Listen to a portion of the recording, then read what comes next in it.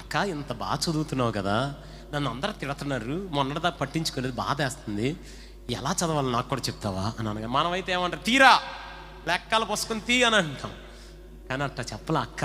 అక్కలకి కొంచెం ప్రేమ ఎక్కువ, అందుకే అక్కలు ఉన్న వాళ్ళు అదృష్టవంతులు. చూడండి, అక్క ఏం చెప్పింది సార్, నాన్న ఓ పని చేయండి. ఏంటి మమ్మీ అన్నాడు. ఏంటి అక్క అన్నాడు.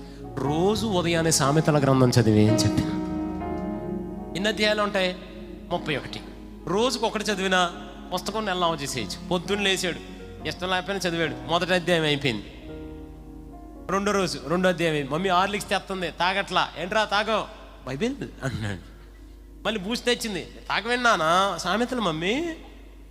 రాగి జావ తెచ్చింది, తాగరా, జెప్టోలో ఆర్డర్ పెట్టాను, సామెతలు అంటున్నాడు. మొత్తానికి నెల రోజులు సామెతల పుస్తకం అయిపోయింది.